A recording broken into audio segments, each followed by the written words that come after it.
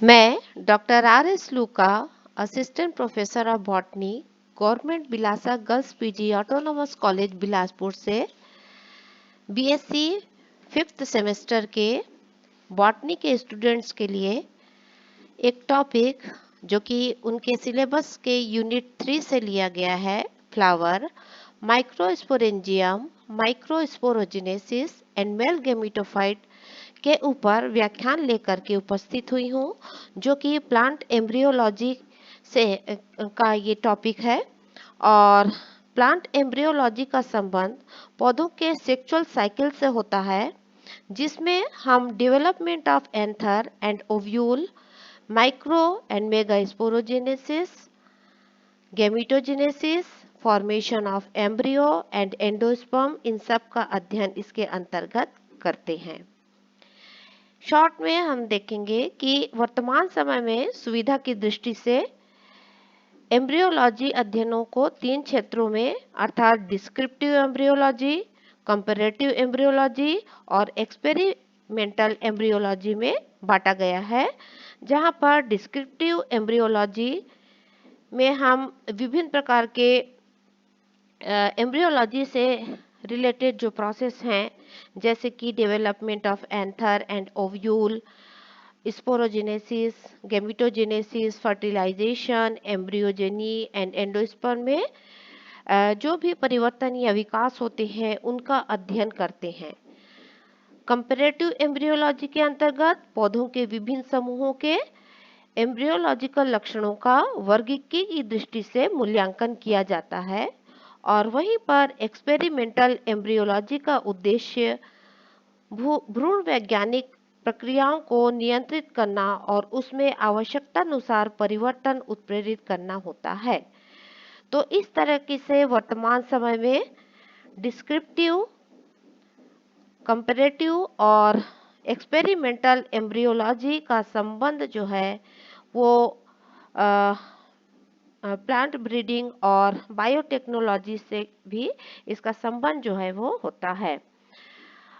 आज हम शुरू करेंगे जिसमें माइक्रोस्पोरोजेनेसिस, जिसमें उसको डिटेल में पढ़ने से पहले हम देखेंगे कि फ्लावर का स्ट्रक्चर जो है वो क्या होता है। तो यदि हम एंजियोस्पर्मिक प्लांट्स के लाइफ साइकिल की दोनों अवस्थाओं को यदि हम देखेंगे, अर्थात स्पोरोफिटिक या डिप्लॉयड स्टेज और गेमिटोफिटिक या हैप्लॉयड स्टेज, तो जो बीज के जर्मिनेशन से बनने वाला पौधा जो कि रूट, स्टेम और लीफ में डिफरेंशिएट होता है, ये स्पोरोफाइट कहलाता है। और ये आवृत बीजियों के लाइफ साइकिल की का डोमिनेंट स्टेज होता है। और यहाँ पर हम देखेंगे कि मेल और जो फीमेल गेमिटोफाइट हैं, क्रमशः मेल और फीमेल गेमिट्स जो है वो बनाते हैं, फर्टिलाइजेशन होता है और फलस्वरूप स्पोरोफिटिक अवस्था जो है वो पुनः स्थापित हो जाती है। और इस तरह से उसमें एक के बाद दूसरा अर्थात गेमिटोफिटिक और स्पोरोफिटिक अल्टरनेशन ऑफ जनरेशन, एक के बाद ये पीढ़ी ये आती जाती रहती है। तो यहाँ पर अपन स्लाइड में देख रहे हैं कि फ्लावर का स्ट्रक्चर अपन को सबको पता है, लेकिन फिर भी शॉर्ट में मैं इसको एक्सप्लेन करूँगी कि फ्लावर जो है वो रिप्रोडक्टिव स्ट्रक्चर होता है, और इसमें जो है मॉर्फोलॉजिकली यदि हम देखेंगे तो flower is a modified shoot, जिसमें नोड और इंटर नोड जो है वो सहज रूप से व्यवस्थित होती हैं, और पुष्पों के ऐसे समूह को जो कि कॉमन एक्सिस पर लगे होते हैं इन्फ्लोरेसेंस कहलाते हैं। और इसमें जो है वो मुख्य 4 भाग फ्लावर्स के होते हैं: calyx, Corolla, androecium and gynoecium. Calyx जो है ये फ्लावर का सबसे बाहरी चक्र होता है, और बहुत सारे सेपल से मिलकर के ये बना हुआ होता है। ये जो है वो पेटल के समान जो है होते हैं, और पुष्प कलिका की रक्षा के अतिरिक्त ये पॉलिनेशन के समय में इंसेक्ट को आकर्षित करने का भी काम ये करते हैं।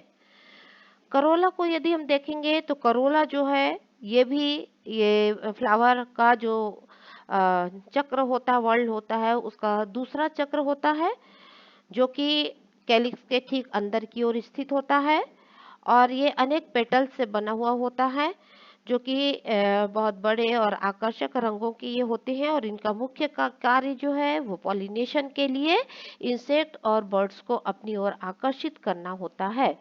नेक्स्ट है एंड्रोशियम। अपन को मालूम है ये मेल रिप्रोडक्टिव पार्ट होता है और इसमें विभिन्न जातियों में इसकी संख्या जो है वो निश्चित या अनिश्चित जो है वो होती है और प्रत्येक स्टेमेंस जो है वो दो भागों अर्थात फिलामेंट और एंथर में डिफरेंशिएट होता है।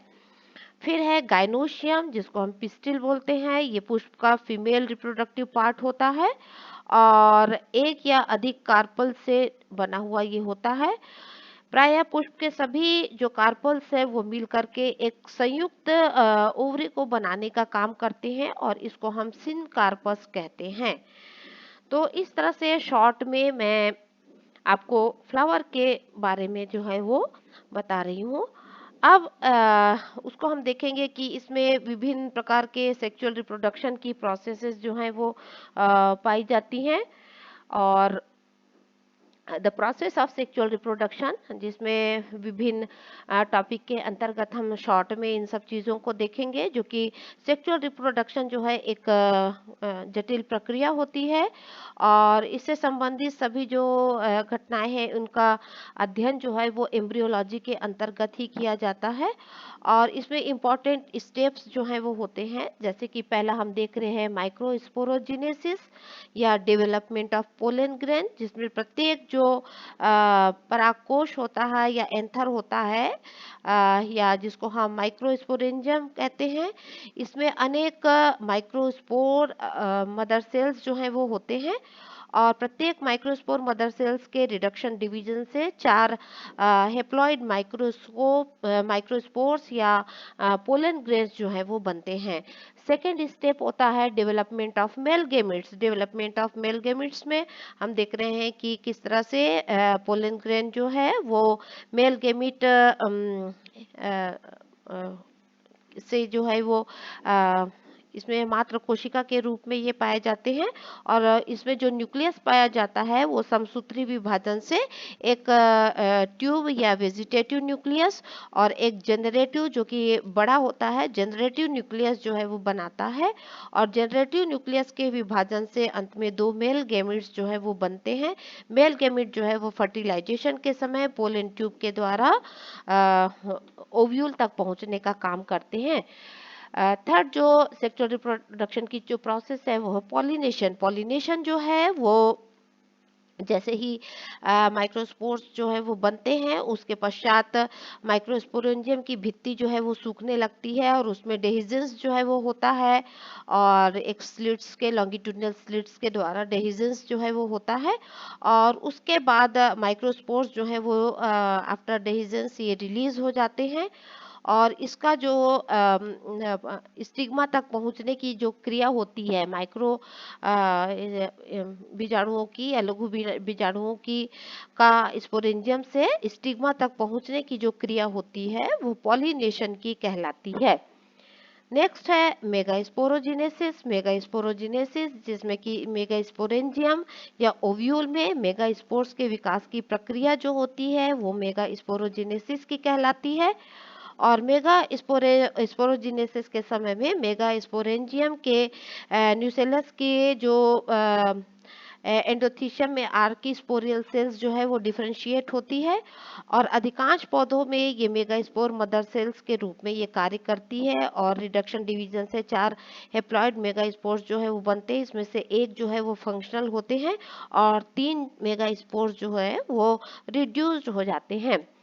नेक्स्ट है डेवलपमेंट ऑफ फीमेल गैमेटोफाइट या एम्ब्रियोसेक जिसमें क्रियाशील जो मेगास्पोर्स जो है वो इसमें पर्याप्त वृद्धि जो है वो होती है और एम्ब्रियोसेक के रूप में ये कार्य करता है और इसका जो हेप्लॉइड न्यूक्लियस होता है वो विभाजित होकर के 8 न्यूक्लियस जो है वो बनाता है जो कि एम्ब्रियोसेक में एक निश्चित क्रम में अरेंज रहते हैं जिनमें से एक जो है वो फीमेल गैमीट या एग के रूप में कार्य करता है। फिर इसके बाद आता है फर्टिलाइजेशन। जो है फर्टिलाइजेशन जो है इसमें मेंशन नहीं हो पाया है, लेकिन इसके बाद की जो स्टेज है वो है फर्टिलाइजेशन की, जिसमें पोलिनेशन के फलस्वरूप जो है वो माइक्रोस्पोर्स जो है स्टिग्मा पर पहुंच जाते हैं, और उस स्टिग्मा पर पहुंच करके ये माइक्रोस्पोर्स जो है वो जर्मिनेट होते हैं और पोलन ट्यूब बनाने का काम करते हैं। और जो पोलन ट्यूब में दो मेल गैमीट होता है, और एक जो है वो उस ट्यूब में ही रहता है, जो कि वेजिटेटिव न्यूक्लियस के रूप में होता है। और ये जो स्टाइल और ओवरी से होते हुए एक जो न्यूक्लियस होता है वो ओव्यूल तक जो है वो पहुंच जाता है, और माइक्रोपाइल के द्वारा वो वहां पर पहुंच करके फर्टिलाइजेशन की प्रोसेस को जो है करता है, जिसमें से दोनों मेल और फीमेल गेमेट्स के न्यूक्लियस जो है वो फ्यूजन करके डिप्लॉयड जाइगोट को बनाने का काम करते हैं। तो ये प्रोसेस जिसमें मेल और फीमेल गैमेट्स के इस तरह के फ्यूजन को हम फर्टिलाइजेशन जो है वो करते हैं और कहते हैं। और दूसरा मेल गैमेट्स जो है वो एम्ब्रियो से केंद्र में स्थित दो पोलर जो न्यूक्लियस होते हैं उनसे फ्यूज्ड होकर के एक प्राइमरी एंडोस्पर्म न्यूक्लियस या ट्रिप्लॉइड को उत्पन्न करने का काम करता है। तो इस तरह से दोनों जो मेल न्यूक्लियस होते हैं, एक ओव्यूल से और दूसरा जो है वो सेंट्रल न्यूक्लियस से फ्यूजन करके यहाँ पर डबल फर्टिलाइजेशन या ट्रिप्लाइड फ्यूजन जो है वो होने का काम यहाँ पर होता है। नेक्स्ट है एम्ब्रियोजेनेसिस की प्रोसेस, जिसमें कि जो डिप्लॉयड जाइगोट में परिपक्व एम्ब्रियो बनने की जो क्रिया होती है वो एम्ब्रियोजेनेसिस की कहलाती है। और डाइकोटिलिडन प्लांट्स में हम देखेंगे कि दो कोटिलिडन होने के कारण इसमें भ्रूण के विकास की प्रक्रिया जो है वो मोनोकोटिलिडन एम्ब्रियो से बिल्कुल डिफरेंट जो है वो होती है। और फर्टिलाइजेशन के बाद ओव्यूल जो है वो सीड में बदल जाता है, और इस तरह से इसमें एम्ब्रियोजेनेसिस की प्रोसेस जो है वो होती है।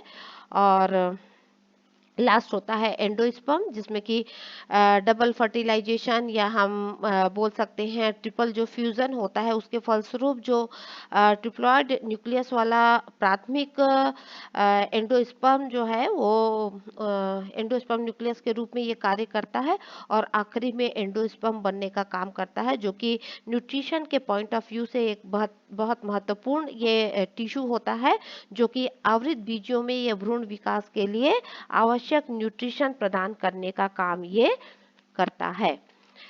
फिर हम आज देखेंगे माइक्रोस्पोरेंजियम, माइक्रोस्पोरोजेनेसिस और मेल गैमेटोफाइट जो है वो कैसे इसका विकास जो है वो होता है।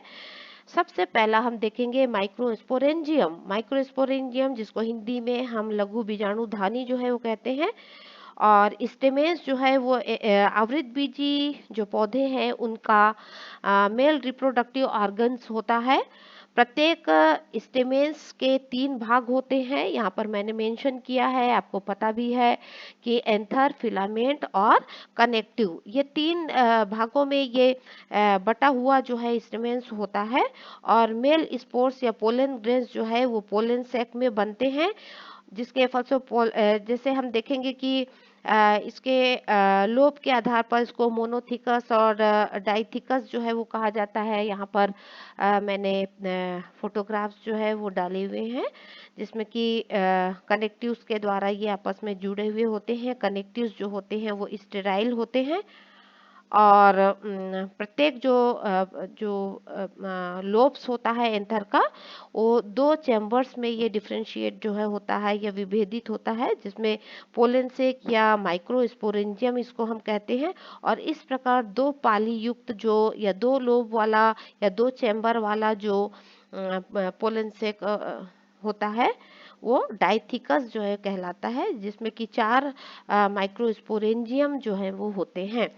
तो इस तरह से शॉर्ट में जो है वो मैं इसको बता रही हूँ कि किस तरह से माइक्रोस्पोरेंजियम जो है वो होता है। फिर टीएस ऑफ मेच्योर एंथर का हम यहाँ पर डायग्राम देख रहे हैं, जिसमें हम देख रहे हैं कि एक कनेक्टिव होता है, उस कनेक्टिव के द्वारा ये जो है एंथर से एंथर जो है ये जुड़ा हुआ होता है। और सबसे बाहर में एपिडर्मिस, फिर endothecium, middle layer, then tapetum जो है वो होता है। और उस टेपिटम के अंदर में ये जो पोलन ग्रेन्स जो होते हैं वो भरे हुए होते हैं। तो इस तरह से हम देख रहे हैं कि ये टीएस ऑफ मेच्योर एंथर जो है वो यदि हम उसका सेक्शन काटते हैं तो ये लोब्ड स्ट्रक्चर जो है वो हमको दिखाई देता है। फिर इसमें हम देखेंगे कि किस तरीके से ये माइक्रोस्पोरेंजियम जो है वो बन रहा है, कि कैसे ये इसका बनना जो है वो होता है। तो यहाँ हम डायग्राम में देख रहे हैं कि जो पोलन सेक में जो आर्किस्पोरियल सेल होती हैं, है ना, तो एक प्रत्येक आर्किस्पोरियम में पेरिक्लाइनल डिवीजन से एक प्राइमरी पेराइटल सेल और प्राइमरी स्पोरोजिनस सेल्स जो है वो बनते हैं, है ना। आर्किस्पोरिया जो अनडिफरेंशिएटेड पेरेन्काइमेटर टिश्यू जो है एंथर का वो दिख रहा है। और डायग्राम बी में हम देख रहे हैं कि कुछ जो आर्किस्पोरियल सेल्स की जो कोशिकाएं होती है पेरेन्काइमेटर टिश्यू, वो थोड़ा सा डेंस हो जाती है और आर्किस्पोरियल इनिशियल सेल की तरह ये कार्य जो है वो करती हैं। और इसमें पेरिक्लाइनल जो है डिवीजन होता है और प्राइमरी पेराइटल सेल्स और अंदर की जो है वो प्राइमरी स्पोरोजिनस सेल्स जो है वो बनता है। डायग्राम सी में हम देख रहे हैं कि किस तरह से आर्किस्पोरियल जो सेल होता है बी डायग्राम में, तो उसमें पेरिक्लाइनल डिवीजन हुआ और 2 लेयर में सेल्स जो है वो बनी है। बाहर की प्राइमरी पेराइटल लेयर और अंदर की प्राइमरी स्पोरोजिनस टिश्यू जो है वो काम करती है। ये प्राइमरी स्पोरोजिनस सेल्स जो है वो सीधे ही माइक्रोस्पोर मदर सेल की तरह कार्य करती है और माइटोटिक सेल डिवीजन यहाँ पर जो है वो होता है ना। तो इस तरह से हम देखेंगे कि यहाँ पर जो प्राइमरी जो पेराइटल सेल होता है उसमें कई एंटीक्लाइनल और पेरिक्लाइनल डिवीजन होने से 3 से 5 कॉन्सेंट्रिक वॉल लेयर्स जो है वो बन जाती है और जो बाद में जाकर के एंथर का वॉल बनाने का काम करता है। और जो प्राइमरी स्पोरोजिनस सेल्स होता है वो माइक्रोस्पोर मदर सेल्स की तरह ये कार्य करता है, जिसमें माइटोटिक डिवीजन होने के द्वारा ये बाद में स्पोरोजिनस जो सेल्स है उनको बनाने का काम करती है, जो कि माइक्रोस्पोर रिप्रोडक्टिव सेल्स की तरह ये कार्य करती है। तो यहाँ पर हम देख रहे हैं कि किस तरीके से ये जा कर के फिर मेच्योर एंथर का निर्माण जो है वो होता है और ये सब विभाजन होते जाता है। और सबसे बाहर की जो लेयर होती है वो हम डायग्राम ई और एफ में देख रहे हैं, एपिडर्मिस, फिर second layer endothecium, middle layer tapetum होता है और सबसे अंदर की ओर माइक्रोस्पोर मदर सेल्स की का बनना जो है वो होता है, या माइक्रोस्पोर मदर सेल्स जो है वो बनते हैं। तो यहाँ पर हम देख रहे हैं कि जो ये जो डायग्राम है जिसमें कि हम एंथर वॉल को यदि हम देखते हैं तो एंथर वॉल जो है जो मेच्योर पोलन सेक होता है या परागकोश भित्ति होती है, वो मुख्य रूप से 4 परतों से मिलकर के बनी हुई होती है। 4 परत में डायग्राम में मैंने 1 2 3 4 करके मैंने नंबर डाला है, जिसमें हम देख रहे हैं कि ये जो लेयर्स होती है, परतें होती हैं, वो परिधि से या तो बाहर से केंद्र की ओर या अंदर की ओर एक निश्चित क्रम में ये अरेंज होती हैं। सबसे बाहरी जो लेयर होता है अभी मैंने बताया एपिडर्मिस है और दूसरा जो है वो एंडोथीशियम कहलाता है या एंडोडर्मिस है। फिर मिडिल लेयर और टेपिटम की लेयर जो है वो बनी हुई होती है। ये जो बाहर की जो लेयर होती है एपिडर्मिस, ये परागकोश का सबसे बाहरी लेयर होता है, जिसमें डेवलपमेंट के साथ साथ में जो एपिडर्मिस की कोशिकाओं में बहुत सारे एंटीक्लाइनल डिवीजन होते हैं, जो कि जो एपिडर्मिस को आंतरिक ऊतक के साथ में वृद्धि में एक संगत बनाए रखने में सहायक होते हैं। और इसमें हम देख रहे हैं कि जो परिपक्व जो परागकोश होते हैं उसमें एंडोडर्मिस की जो कोशिकाएं होती है वो टेंजेंशियल दिशा में इलोंगेटेड और चपटी जो है वो होती हैं। सेकंड जो होता है वो एंडोथीशियम की लेयर होती है जो कि एपिडर्मिस के अंदर की पेराइटल लेयर होती है। और जब पोलन सेक जो है डेहिजेंस के लिए या स्फुटन के लिए लगभग तैयार होते हैं उस समय ये कोशिकाएं बहुत ज़्यादा विकसित होती हैं। और प्रायः जो एंडोथीशियम होता है वो एक लेयर होता है, सेकेंड वाला जो लेयर होता है एक स्तरीय होती है। इनकी कोशिकाएं जो हैं वो रेडियली इलोंगेटेड होती हैं। डायग्राम में हम देख रहे हैं डार्क ब्लैक कलर से वो दिख रहा है एंडोथीशियम जो कि इलोंगेटेड, ये रेडियली इलोंगेटेड जो है वो होती हैं। और किसी किसी स्पीशीज में ये डबल लेयर वाली भी जो है वो होती हैं। और इन कोशिकाओं की जो आंतरिक जो टेंजेंशियल वॉल है इसमें फाइब्रस बैंड्स की उपस्थिति जो है इसका लाक्षणिक गुण जो है वो होता है। मतलब कि एंडोथीशियम की जो इंटरनल टेंजेंशियल वॉल होती है उसमें फाइब्रस बैंड्स जो है वो पाए जाते हैं। और ये जो पट्टियां होती हैं यदि उसको हम डिटेल देखेंगे तो देखिए यू शेप में भी हमको, यदि हम देखेंगे तो यू शेप में ये इलोंगेटेड जो एंडोथीशियम की सेल्स होती हैं वो हमको दिखाई दे रही हैं। कभी कभी ओवरलैपिंग भी जो है वो इसमें पाई जाती है। इस वाले डायग्राम में हम देख रहे हैं कि एंडोथीशियम में किस तरह से ये थिकनिंग पाई जा रही है। और डायग्राम बी में, ऊपर वाले डायग्राम में हम देख रहे हैं डायग्राम बी में दो लेयर यदि है तो वो आपस में एक दूसरे को ओवरलैप करती हुई हमको यहाँ पर ये दिखाई दे रही हैं। तो इस तरह से ये जो ओवरलैपिंग स्पाइरल्स भी जो है डबल लेयर वाले में जो फाइब्रस बैंड्स इसमें पाया जाता है ये दिखाई देता है।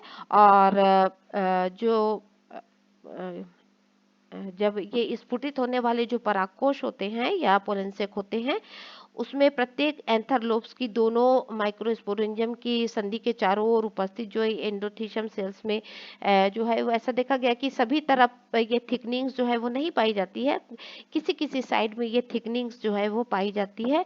और ये एंडोथीशियम कोशिकाओं में बहुत लक्षण होते हैं, जैसे कि अभी मैंने बताया फाइब्रस बैंड्स की उपस्थिति जो है वो होती है। टेंजेंशियल वॉल का एक डिफरेंशियल एक्सटेंशन इसमें पाया जाता है। ये हाइग्रोस्कोपिक नेचर के होते हैं। तो ये सब होने के कारण ये जो एंडोथीशियम की जो सेल्स होती हैं ये पोलन सेक के डेहिजन्स में सहायक होती हैं। तो ये बहुत इम्पॉर्टेंट है। ऐसा नहीं कि केवल उसको प्रोटेक्शन देने का काम करते हैं पोलन ग्रेन्स को, लेकिन इनका बहुत सारा काम होता है कि ये किस तरह से पोलन ग्रेन्स के डेहिजन्स में ये सहायक जो है वो होते हैं। तो इस तरह से हम देखें, कुछ में हम देखते हैं कि जो परागकोश की जो एपिडर्मल जो कोशिकाएं होती हैं उसमें क्यूटिन और लिग्निन का भी जमाव होता है जिसके कारण ये थोड़ी सी थिक जो है वो होती हैं। कई प्लांट स्पीशीज में जैसे कि हाइड्रोकैरिटेसी फैमिली के कुछ सदस्य होते हैं जिसमें कि जो एंडोथीशियम की कोशिकाएं होती हैं उसमें ये फाइब्रस बैंड्स जो हैं वो नहीं पाए जाते हैं। तो इस तरह से हम इसका स्ट्रक्चर जो है वो देख रहे हैं।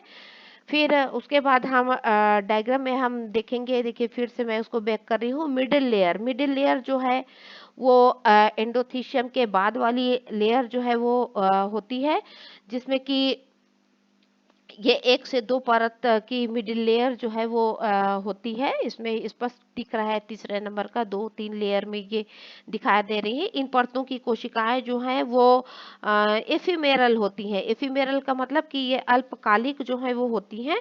और ये कोशिकाएं जो है वो पोलन मदर सेल्स के मियोसिस से ये क्रश होती हैं। जब मियोसिस होता है उस समय ये क्रश जो है वो होती हैं।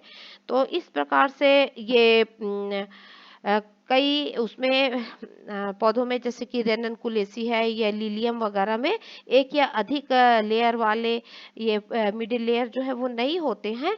और ये अनिश्चित काल तक बने भी जो है वो रहते हैं, एकदम क्रश होकर के नष्ट हो जाए ऐसा भी नहीं होता है। कई स्पीशीज में ये देखा गया है कि मिडिल लेयर में स्टार्च और अन्य भोज्य पदार्थों का संचयन जो है वो होता है, और इनका उपस्थित होना जो है वो बहुत महत्व का होता है। मिडिल लेयर में स्टार्च और भोज्य पदार्थों का, इनका उपयोग पोलन ग्रेन जो है वो मतलब पोलन ग्रेन रिप्रोडक्टिव जो सेल्स होती हैं उनके द्वारा इन भोज्य पदार्थों का उपयोग जो है वो किया जाता है। और लास्ट हम देख रहे हैं चौथा, जिसमें कि ये पोलन ग्रेन्स वगैरह माइक्रोस्पोर्स मदर सेल्स वगैरह दिख रहे हैं। उसके चारों तरफ एक हल्का डॉट डॉट सा जो लेयर दिख रहा है, पॉइंट डाला है मैंने 4 करके, और डायग्राम ई में भी वो क्लियर दिखाई दे रहा है, जिसको हम टेपिटम कहते हैं। ये पोलेंसेक वॉल की सबसे भीतरी परत होती है, और माइक्रोस्पोरोजेनेसिस की टेट्राड स्टेज तक इसका पूर्ण विकास हो जाता है।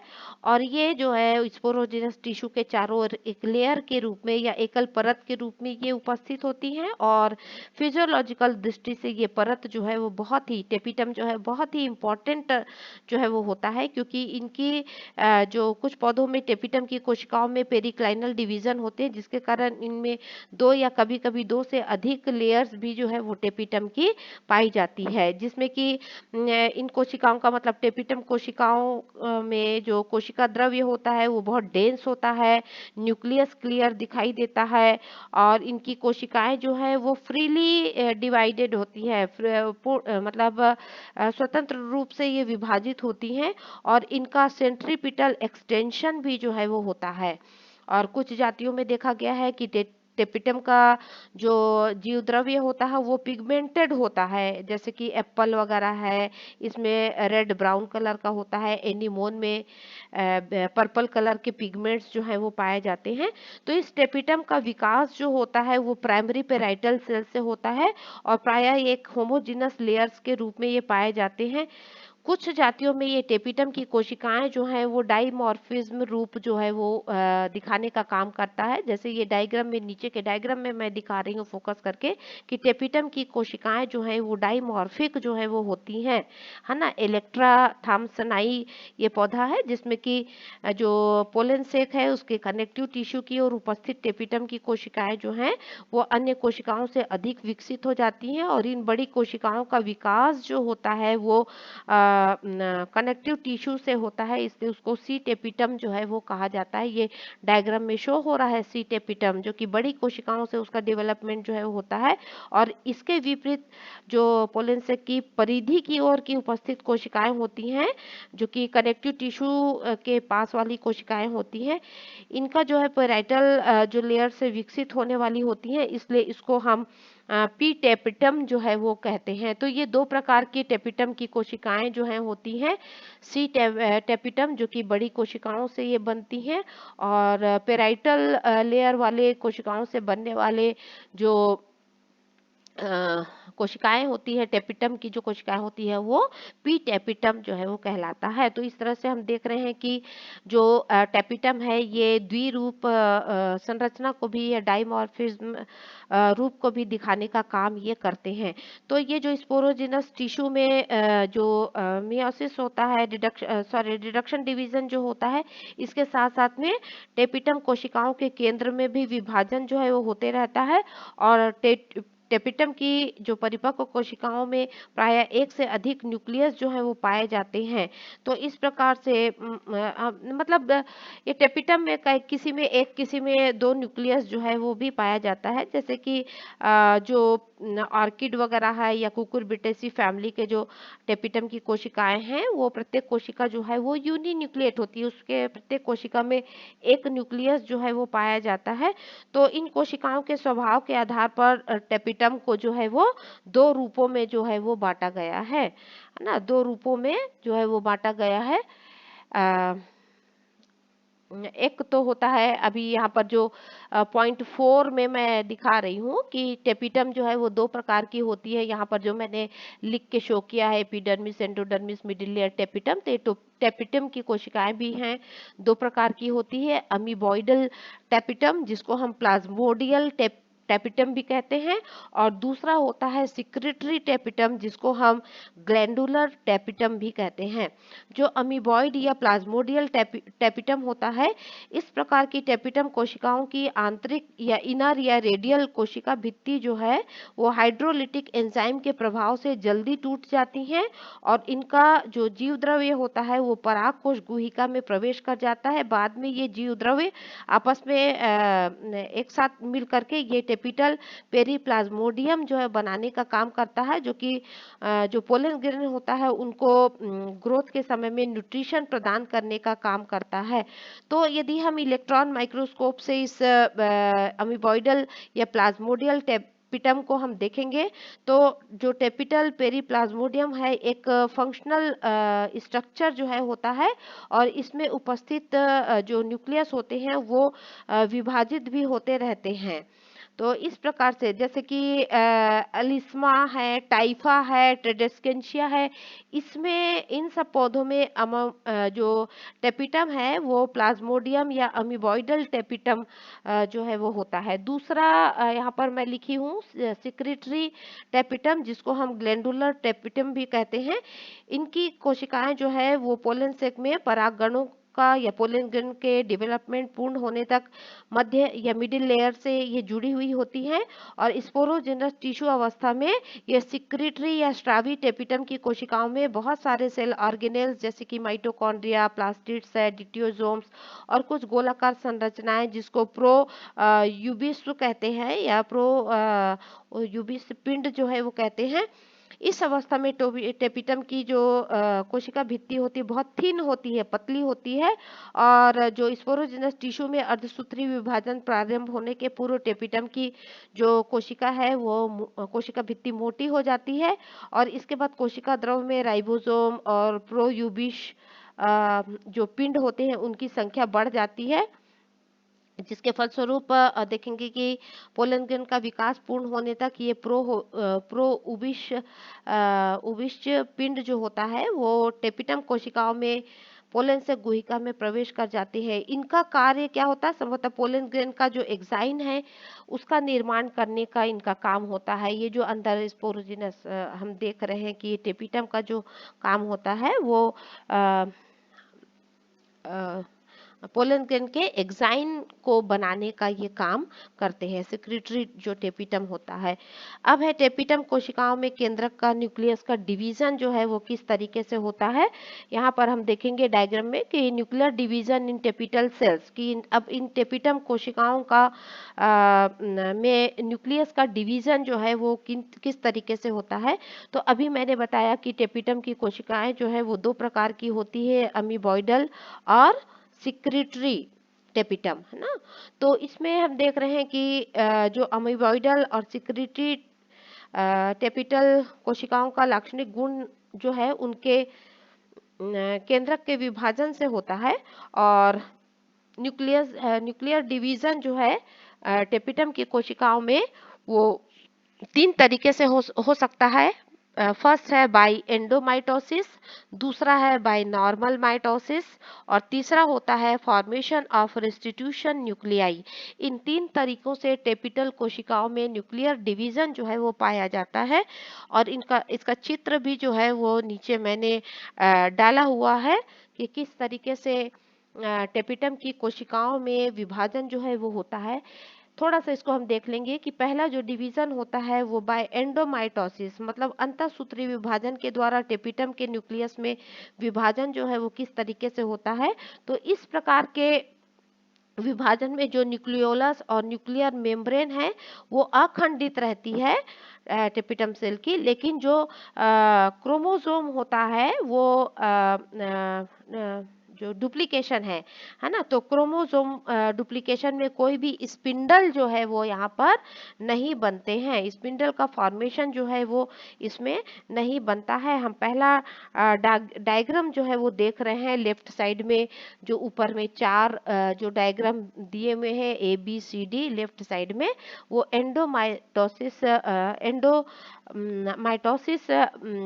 Nuclear division in tapetal cell में एक डायग्राम है जिसमें कि न्यूक्लियोलस और न्यूक्लियर मेम्ब्रेन जो है वो अखंड रहती है और कोई भी स्पिंडल का क्रोमोसोमल डुप्लीकेशन में कोई भी स्पिंडल का फॉर्मेशन जो है वो नहीं बनने पाता है, क्योंकि क्रोमोसोम जो है वो डुप्लीकेशन न्यूक्लियर मेम्ब्रेन के अंदर ही होता है। क्रोमोसोम का डुप्लीकेशन जो है वो न्यूक्लियर मेम्ब्रेन के अंदर ही होता है, जिसके फलस्वरूप पॉलीप्लॉइडल केंद्रक जो है वो बनते हैं। कोई भी इसमें अलग मतलब वो सेल्स जो है वो नहीं बनते हैं, सेल वॉल का फॉर्मेशन नहीं होता है। इसलिए जो भी न्यूक्लियस का विभाजन जो है डुप्लीकेशन तो न्यूक्लियर मेम्ब्रेन के अंदर हो रहा है, जिसके फलस्वरूप पॉलीप्लॉइडल कंडीशंस में न्यूक्लियस जो है वो बनते हैं। तो इस प्रकार का जो एंडोमाइटोसिस न्यूक्लियर डिवीजन है टेपिटल सेल में, वो जो है स्पाइनेसिया ओलिरेशिया में और कुकुरबिटा पीपो में ये इस प्रकार का एंडोमाइटोसिस टेपिटम की कोशिकाओं में पाया जाता है। नेक्स्ट है बाइनॉर्मल माइटोसिस। बाइनॉर्मल माइटोसिस जो कि लेफ्ट साइड में सेकंड वाला जो डायग्राम है ABC वाला, वो नॉर्मल माइटोसिस का डायग्राम है टेपिटम सेल का, जिसमें कि न्यूक्लियस का विभाजन जो है वो सामान्य तरीके से होता है, परंतु इसके साथ साइटोकाइनेसिस जो है वो नहीं होती है। अतः जो न्यूक्लियर डिवीजन की संख्या के आधार पर यहाँ पर टेपिटम कोशिका में 2, 4, 8, 16 इस तरह से न्यूक्लियस जो है वो हो सकते हैं। और टेपिटम में इस प्रकार के विभाजन अधिकांश जो वंश होते हैं उनका लाक्षणिक गुण होता है। इस तरह का जो न्यूक्लियर डिवीजन है टेपिटल सेल का, वो जिया मेज में या मक्के में जो है वो पाया जाता है। और इधर राइट साइड में हम देख रहे हैं ABC करके फिर से डायग्राम है, जिसमें कि प्रत्यानयन केंद्रक या रेस्टिट्यूशन न्यूक्लियस का डिवीजन जो है वो डायग्राम में बताया गया है। इसको हम फॉर्मेशन ऑफ रेस्टिट्यूशन न्यूक्लियाई कहते हैं टेपिटम सेल की, जो कि लिलियम कैनाडेंसी में इस प्रकार का डिवीजन जो है वो पाया जाता है, जिसमें कि जो एनाफेस होता है वहां तक क्रोमोसोम का डिवीजन जो है वो सामान्य तरीके से होता है, लेकिन एनाफेस के बाद में क्रोमोसोम के पृथक ना होने के कारण एक डंबल शेप या डमरू के आकार का, लास्ट में C डायग्राम में हम देख रहे हैं कि डंबल के आकार का टेट्राप्लॉइड न्यूक्लियस जो है वो बन जाता है ना, क्योंकि इसमें क्रोमोसोम जो है वो सेपरेट दोनों पोल में जाना चाहिए और संतति कोशिकाओं का विकास जो है वो होना चाहिए, तो उस तरह का नहीं होता है। इसलिए क्या होता है, एक डंबल के आकार का टेट्राप्लॉइड केंद्रक जो है यहाँ पर बन जाता है। इसलिए इसको हम रेस्टिट्यूशनल न्यूक्लियस जो है वो कहते हैं, प्रत्यानयन केंद्रक जो है वो कहते हैं। तो इस तरीके से 3 प्रोसेस के द्वारा विभिन्न पौधों में टेपिटल सेल का न्यूक्लियर डिवीजन जो है वो होता है। एक एंडोमाइटोसिस विधि से, दूसरा नॉर्मल माइटोसिस से, और तीसरा है फॉर्मेशन ऑफ रेस्टिट्यूशन न्यूक्लियाई से जो है होता है। अब इस टेपिटम का पौधों के अंदर में क्या कार्य होता है, हम देख रहे हैं पोलन ग्रेन जब बनते हैं उसके जस्ट ऊपर की जो लेयर होती है मिडिल लेयर के बाद वाली, है ना, एपिडर्मिस, एंडोडर्मिस, मिडिल लेयर और फिर अपना टेपिटम की कोशिकाएं। तो इसका अपना कार्य होता है, इंपॉर्टेंट कार्य होता है कि टेपिटम का संबंध जो है वो पोलन ग्रेन के विकास से होता है। चूंकि यदि किसी पोलन सेक में टेपिटम का डीजेनरेशन जो है वो पोलन ग्रेन के विकास से पहले ही हो जाता है, मतलब टेपिटम की कोशिकाएं अंत तक नहीं रहती हैं और पोलन ग्रेन के बनने के पहले पहले ही वो पूरा डीजेनरेट जो है वो हो जाती हैं। तो मतलब इसमें हम देख रहे हैं कि इस प्रकार का जो टेपिटम है वो एक्चुअल में स्टेराइल होता है। पोलन ग्रेन जो है ऐसे तो उनके जो पोलन ग्रेन होते हैं वो स्टेराइल होते हैं या एबॉर्टिव जो है वो हो जाते हैं। और इसी प्रकार से जो स्पोरोजेनस टिश्यू में मियोसिस के समय में टेपिटम का कार्य जो होता है वो पोषक पदार्थों को परागकोश गुहिका तक पहुंचाने में सहायता करने का होता है, और उसमें जो भी संचित भोज्य पदार्थ होते हैं उनका इस अवस्था में कोई उपयोग जो है नहीं होता है। लेकिन अर्धसूत्री विभाजन पूर्ण होने के बाद ये कोशिकाएं जो हैं वो पोलन ग्रेन के एग्जाइन के निर्माण में और उसकी मेच्योरिटी के समय में बहुत मतलब महत्वपूर्ण पोषण प्रदान करने का काम ये करते हैं। तो कह सकते हैं कि पोलन ग्रेन का एग्जाइन बनाने के लिए और साथ में पोलन ग्रेन जब तक मेच्योर नहीं हो जाता है तब तक उनको न्यूट्रिशन देने का काम करता है। तो इस तरह से ये टेपिटम का कार्य जो है वो होता है। अब इसी में हम देखेंगे कि जो स्पोरोजिनस टिश्यू है, स्पोरोजिनस टिश्यू जो है ये माइक्रोस्पोर्स का विकास जो है वो स्पोरोजिनस टिश्यू से होता है। मतलब जो माइक्रोस्पोर्स होते हैं या पोलन ग्रेन्स जो बनते हैं वो स्पोरोजिनस टिश्यू से इनका विकास जो है वो होता है, जिसमें कि प्राथमिक जो स्पोरोजिनस सेल्स जो होती हैं ये सीधे ही माइक्रोस्पोर मदर सेल्स की तरह कार्य करती हैं, या तो फिर इसमें विभाजन होता है और विभाजन के बाद पोलन ग्रेन्स जो है वो बनता है। तो इस प्रकार से ये अनेक उसमें सूत्री विभाजन या माइटोसिस डिवीजन बनता है, जिससे स्पोरोजिनस सेल्स की संख्या जो है वो बढ़ती जाती है और इनकी कोशिकाएं बाद में स्पोरोजिनस इनिशियल सेल की तरह ये कार्य या रिप्रोडक्टिव स्पोरोजिनस रिप्रोडक्टिव सेल्स की तरह या माइक्रोस्पोरोजिनस सेल्स की तरह ये कार्य करने लगती हैं और इसके अर्धसूत्री विभाजन से 4 हैप्लॉइड पोलन ग्रेन्स जो है वो बनते हैं और ये स्पोरोजिनस टिश्यू से जो माइक्रोस्पोर्स के बनने का जो प्रोसेस होता है वही ही माइक्रोस्पोरोजिनेसिस जो है वो कहलाता है। तो इस तरह से हम देख रहे हैं कि माइक्रोस्पोरोजिनस सेल्स की सभी कोशिकाएं जो हैं वो माइक्रोस्पोर्स को बनाने का काम करती हैं और उनसे सभी कोशिकाओं से माइक्रोस्पोर्स का निर्माण जो है वो हो सकता है।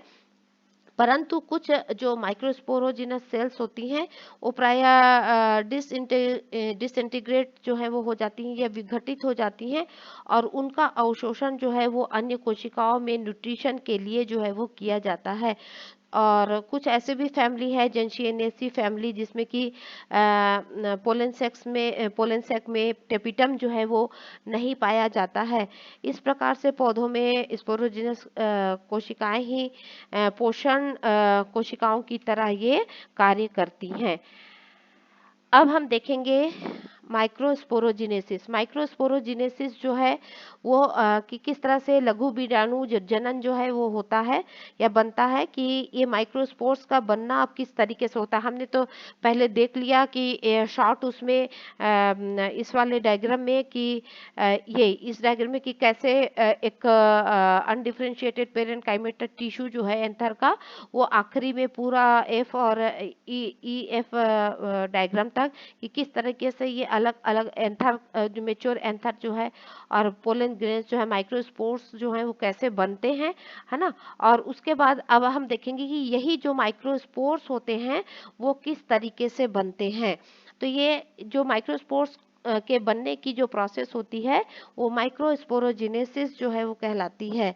तो इस प्रकार से हम देखेंगे कि माइक्रोस्पोरोजिनेसिस की जो प्रोसेस है लेफ्ट साइड में मैंने लिखा भी हुआ है कि दो तरीके से ये माइक्रोस्पोरोजिनेसिस की या माइक्रोस्पोर्स बनने की प्रोसेस जो है वो होती है। और ये माइक्रोस्पोर्स जो है वो माइक्रोस्पोर मदर सेल्स के रिडक्शन अर्धसूत्रण से ये बनते हैं और ये अर्धसूत्री जो विभाजन होता है वो दो चरणों में पूर्ण होता है। प्रथम चरण में अर्धसूत्रण 1 या मियोसिस फर्स्ट होता है, जो कि दो हैप्लॉइड कोशिकाओं का यहाँ पर निर्माण जो है वो होता है।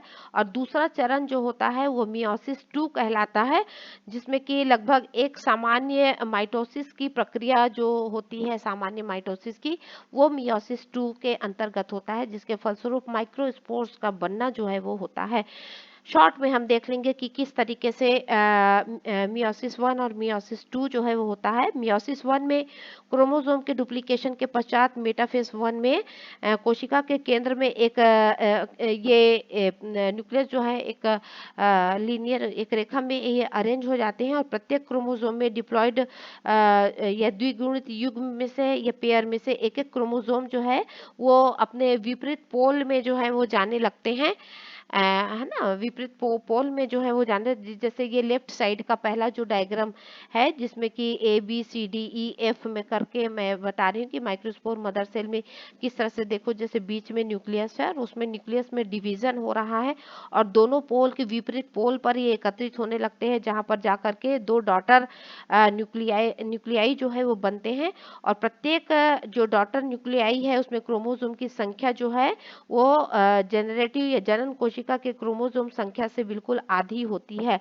तो इस तरह से हम देख रहे हैं कि किस तरीके से मियोसिस फर्स्ट जो है वो होता है। और मियोसिस टू में हम देखेंगे कि ये जो प्रत्येक जो संतति केंद्रक होता है उसमें मियोसिस टू जो है होता है, जो कि एक सामान्य रूप से यदि हम देखेंगे तो ये सामान्य सूत्री विभाजन ही होता है, जिसके फलस्वरूप 4 हेप्लॉइड संतति केंद्रक जो है वो डॉटर न्यूक्लियस जो है वो बनते हैं। और बाद में प्रत्येक केंद्रक के चारों ओर भित्ति निर्माण होने से 4 माइक्रोस्पोर्स का निर्माण होता है। ये जो हम देख रहे हैं डायग्राम में लेफ्ट साइड में 4 हेप्लॉइड जो है माइक्रोस्पोर्स का निर्माण जो है वो हो रहा है। साइपरेसी कुल के जो सदस्य होते हैं जिसमें कि पोलन ग्रेन्स का डेवलपमेंट अन्य जो फैमिली है उनसे बिल्कुल डिफरेंट होता है, क्योंकि साइपरेसी में जो माइक्रोस्पोर्स रिप्रोडक्टिव सेल्स के विभाजन से बनने वाले जो 4 हेप्लॉइड न्यूक्लियस होते हैं उसमें से केवल एक ही फंक्शनल होता है, बाकी 3 जो हैं वो नॉन फंक्शनल होते हैं। तो ऊपर वाले में भी हम देख रहे हैं साइपरेसी फैमिली के सबसे ऊपर में जो डायग्राम मैंने डाला हुआ है जिसमें से 4 माइक्रोस्पोर्स जो है वो बन रहे हैं, जिसमें से 3 जो है वो डीजेनरेट हो गए और एक ही जो है वो फंक्शनल रहता है। और जब वो जर्मिनेशन उसमें होता है तो उससे वेजिटेटिव न्यूक्लियस और जनरेटिव न्यूक्लियस जो है वो बनता है। तो इस तरह से हम देख रहे हैं कि माइक्रोस्पोरोजेनेसिस की प्रोसेस जो है वो मियोसिस फर्स्ट और मियोसिस टू दो प्रोसेस के अंतर्गत इसमें माइक्रोस्पोरोजेनेसिस की प्रोसेस जो है वो होती है। नेक्स्ट है साइटोकाइनेसिस की जो प्रोसेस होती है। साइटोकाइनेसिस की प्रोसेस जो है वो माइक्रोस्पोर मदर सेल्स में अर्धसूत्रण के पश्चात जो है साइटोकाइनेसिस जो है वो 2 प्रकार से हो सकता है। यहाँ पर मैंने लिखा भी है सक्सेसिव डिवीजन और साइमल्टेनियस डिवीजन, है ना। सक्सेसिव को हम हिंदी में उत्तरोत्तर विभाजन भी बोलते हैं, जिसमें कोशिका द्रव के सक्सेसिव डिवीजन में मियोसिस फर्स्ट के पश्चात दोनों जो संतति केंद्रक होते हैं एक भित्ति के द्वारा आपस में एक दूसरे से सेपरेट हो जाते हैं। और भित्ति का निर्माण जो है वो सेंट्रीफ्यूगल होता है। सेंट्रीफ्यूगल होता है मतलब कि भित्ति जो है वो कोशिका के केंद्र से परिधि की ओर बढ़ती है, सेंटर से शुरू होता है और बाहर की ओर भित्ति का निर्माण जो है वो होता है। तब इस प्रकार के भित्ति के निर्माण को हम सेंट्रीफ्यूगल जो है वो कहते हैं, जिसके फलस्वरूप क्या होता है एक डायड जो है या द्विक का निर्माण जो है वो बन हो जाता है। और प्रत्येक डायड की कोशिका में अब अर्धसूत्री विभाजन या मियोसिस सेकेंड जो है वो होता है। और इन विभाजनों का सिंक्रोनस, सिंक्रोमस मतलब कि एक ही समय पर जो डिवीजन होना वो आवश्यक नहीं होता है। ये दोनों संतति कोशिकाएं जो है वो एक भित्ति के द्वारा जो है वो अलग होती हैं और जिसके फलस्वरूप माइक्रोस्पोर्स या पोलन टेट्राड का निर्माण जो है वो हो जाता है। तो इस प्रकार से कोशिका द्रव्य विभाजन जो है वो मुख्य रूप से मोनोकोटिलिडन्स में जो है वो पाया जाता है। मतलब कहने का है कि जो सक्सेसिव डिवीजन है साइटोकाइनेसिस का वो मोनोकोटिलिडन प्लांट्स में जो है वो पाया जाता है। दूसरा होता है साइमल्टेनियस डिवीजन। साइमल्टेनियस डिवीजन में जो पहला अर्धसूत्री विभाजन होता है या मियोसिस फर्स्ट होता है उसके पश्चात भित्ति का निर्माण जो है वो नहीं होता है। लास्ट वाले इधर लेफ्ट साइड के सेकंड नीचे के सेकंड उसमें मैं उस डायग्राम को डाली हूँ जिसमें कि ये दिख रहा है कि कोशिका विभाजन के साइमल्टेनियस डिवीजन के फलस्वरूप जो मियोसिस फर्स्ट है उसके पश्चात किसी भी प्रकार से वॉल का या भित्ति का निर्माण जो है वो नहीं हो रहा है। अर्थात मियोसिस फर्स्ट के परिणाम स्वरूप डायड ना बन करके क्या होता है एक बाई न्यूक्लिएट कोशिका जो है वो बनती है। बाई न्यूक्लिएट कोशिका जो है वो बनती है और प्रत्येक अगुणित केंद्रक में दूसरा मतलब अर्धसूत्री या दूसरा मियोसिस जो है वो मियोसिस अर्धसूत्रण विभाजन जो है वो होता है, जो कि उसी के सामान्य अर्धसूत्री विभाजन के मियोसिस के जैसे ही जो है वो होता है। तो भित्ति का निर्माण जो है वो सेकंड मियोसिस के बाद होता है। मतलब साइमल्टेनियस डिवीजन में जो भी भित्तियों का निर्माण होता है तो इसमें भी दो डिवीजन तो होता है। मैंने तो बताया है कि मियोसिस फर्स्ट और मियोसिस सेकंड से माइक्रोस्पोरोजेनेसिस जो है वो बनता है। तो पहले मियोसिस के बाद भित्ति का निर्माण नहीं होता है, लेकिन दूसरा जब मियोसिस होता है उसके पश्चात ही यहाँ पर भित्तियों का निर्माण जो है वो होता है। तो इस प्रकार से हम देखेंगे कि जो सक्सेसिव डिवीजन के विपरीत जो साइमल्टेनियस जो डिवीजन है इसमें भित्ति का निर्माण सेंट्रीपिटल होता है। जबकि मैंने बताया कि सक्सेसिव डिवीजन में सेंट्रीफ्यूगल भित्ति का निर्माण होता है, अर्थात भित्ति जो भी बनती है वो कोशिका के केंद्र से परिधि की ओर होती है। जबकि साइमल्टेनियस में जो है वो सेंट्रीपिटल प्रकार से भित्ति का निर्माण होता है, अर्थात भित्ति जो है वो परिधि से केंद्र बाहर से अंदर की ओर जो है वो बढ़ते, दोनों अपोजिट तरीके से जो है वो होता है। तो इस तरीके से हम देख रहे हैं कि ये जो है मतलब जो सक्सेसिव डिवीजन है माइक्रोस्पोरोजेनेसिस का वो मोनोकोटिलिडन में होता है, और साइमल्टेनियस डिवीजन जो है माइक्रोस्पोरोजेनेसिस का या माइक्रोस्पोर्स के बनने का वो डाइकोटिलिडन पौधों में इस तरह का साइमल्टेनियस डिवीजन जो है वो होता है साइटोकाइनेसिस का। नेक्स्ट है माइक्रोस्पोर्स या पोलन ग्रेन। अब हम देख रहे हैं कि इसको क्रमबद्ध तरीके से मैं बताई हूँ कि अब देख रहे हैं कि पोलन ग्रेन्स जो है वो बन गए, माइक्रोस्पोर्स जो हैं वो बन गए हैं। तो ये जो माइक्रोस्पोर्स होते हैं वो जब बनते हैं तो क्योंकि मियोसिस होता है तो 4 हैप्लॉइड जो है माइक्रोस्पोर्स जो है वो बनते हैं। मियोसिस फर्स्ट और सेकेंड होने के कारण 4 माइक्रोस्पोर्स जो है एक बार में जो है वो बनते हैं। तो ये माइक्रोस्पोर्स जिसको हम पोलन टेट्राड भी जो है वो बनते हैं, और विभिन्न तरीके से इसका पोलन सेक के अंदर में लगना जो है वो होता है। विभिन्न प्रकार के पोलन टेट्राड्स जो है वो पाए जाते हैं। जैसे यहाँ पर ऊपर वाले डायग्राम में हम देख रहे हैं कि टेट्राहेड्रल प्रकार के जो पोलन ग्रेन्स होते हैं, जिसमें से 3 जो है वो सामने दिख रहे हैं और एक जो है वो पीछे लगा हुआ होता है। बी में हम देख रहे हैं आइसोबाइलेटरल है, जिसमें कि 4 जो माइक्रोस्पोर्स है वो चारों एक ही तल में जो है वो दिखाई दे रहे हैं। बाहर से हमको वो डायग्राम जो है वो हमको दिखाई दे रहा है। और जो क्रॉस्ड प्रकार का है सी में डिकासेट प्रकार का जो पोलन टेट्राड है उसमें हम देख रहे हैं कि ये 3 सामने से और पीछे जो है, तो उसमें भी हम देख रहे हैं कि 2 ऊपर 2 नीचे जो है वो है। सी के बिल्कुल पीछे में ही एक बड़ा वाला और है, तो इस तरह से टेट्राड है। फिर डी में हम देख रहे हैं कि टी के शेप में, टी आकार में ही पोलन टेट्राड जो है वो अरेंज है। और लास्ट है ई वाला, जिसमें कि हम देख रहे हैं लीनियर एक क्रम में पोलन जो है वो अरेंज होते हैं। तो अलग अलग पौधों में अलग अलग प्रकार से जो है वो अब बहुत टाइम हो जाएगा, इसलिए ये कौन कौन से पौधों में ये पोलन टेट्राड इस कंडीशन में जो है वो मिलते हैं ये मैं नहीं बताऊंगी। आपको पीडीएफ मैंने भेजा हुआ है, उसमें आप देख लेंगे कि किस किस पौधों में ये टेट्राहेड्रल आइसोबाइलेटरल डिकासेट टी शेप और लीनियर शेप में पोलन टेट्राड जो है वो पाए जाते हैं। और फिर हम देखेंगे कि कुछ एक ऐसे भी हैं जो कि एक कंपाउंड पोलन ग्रेन्स भी जो है वो पाए जाते हैं। कंपाउंड प्रकार का पोलन ग्रेन भी जो है वो पाया जाता है।